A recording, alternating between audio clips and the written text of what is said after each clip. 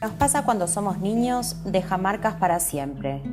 La primera infancia es clave para el futuro desarrollo emocional, físico e intelectual de las personas.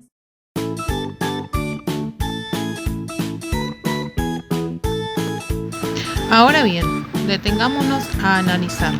¿Qué significa ser niño o infante? ¿Siempre existió ese término? El concepto infancia no existe porque sí, existe por una necesidad de atender a la niñez.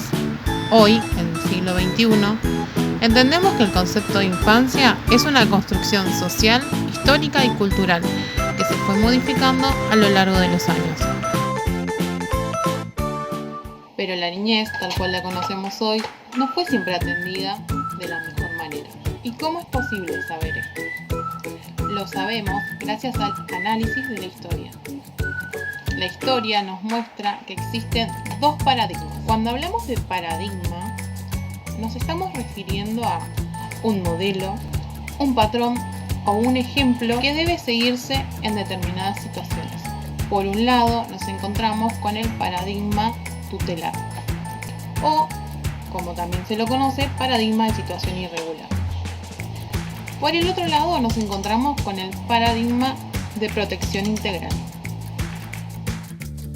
El paradigma de situación irregular ponía en énfasis lo que le faltaba al niño. El mismo era considerado un objeto. Ante cualquier acción, era castigado preferentemente de manera física. Era desplazado de la sociedad con la excusa de falta moral y de estado material, por no tener educación, documentación, familia y hogar estable. Y sus derechos eran desestimados. Incluso eran considerados un peligro para la sociedad y para sí mismos. Y para corregirlos, lo hacían mediante la judicialización, la institucionalización. Era el juez el único encargado responsable de velar por el bienestar de los chicos. Es decir que el juez decidía a qué lugar iba, cómo iba, cuánto tiempo y de qué manera. Un reconocido prócer de la Argentina, Sarmiento, dijo: el niño no tiene derechos, no tiene por sí representación propia, no es persona según la ley, es menor. A nivel internacional, en 1989 la ONU adopta la Convención Internacional de los Derechos del Niño, CDN, que obliga a los países firmantes a cumplir sus pautas y legislaciones internas. Entrando a la historia, el paradigma de protección integral, que pone en foco la teoría constructivista del niño. Lo reconoce como sujeto pleno en crecimiento, titular de derechos universales, inalienables e indivisibles. La CDN, más la reforma constitucional de 1994, dio lugar a la sanción de la Ley 26.061, Ley Nacional de Protección Integral de los Derechos del Niño, Niña y Adolescentes, dando paso a su correlativa Ley Provincial 13.298, Ley de Promoción y Protección Integral de los Derechos del Niño. Ambas coinciden en: las niñas, niños o adolescentes tienen derecho a ser oídos y atendidos, cualquiera sea la forma en que se manifiesten, en todos los ámbitos. Los derechos y las garantías de los sujetos de esta ley son de orden público, irrenunciables, interdependientes, indivisibles e intransigibles.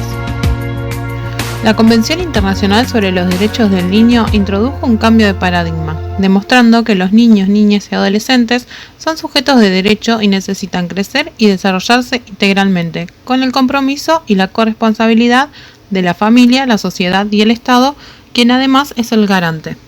En Argentina, la Ley 26.061 hizo efectiva la Convención sobre los Derechos de los Niños, creando un sistema integral de protección de los derechos de la infancia y la adolescencia.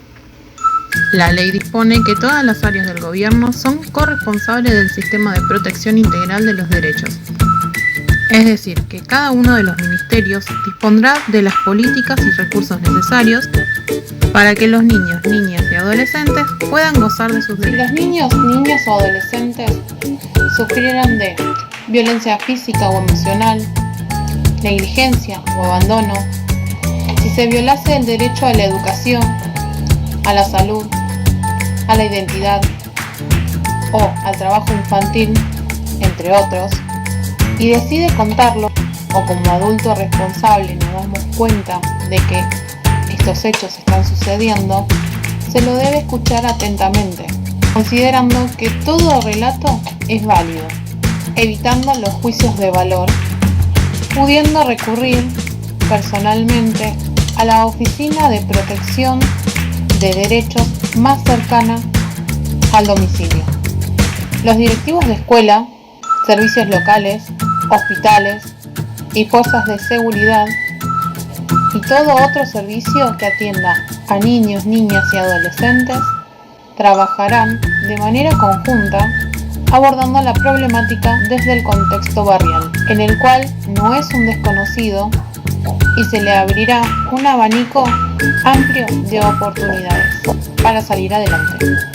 Al momento de intervenir, se tendrá en cuenta los intereses superiores del niño, la igualdad, la no discriminación y la autonomía progresiva.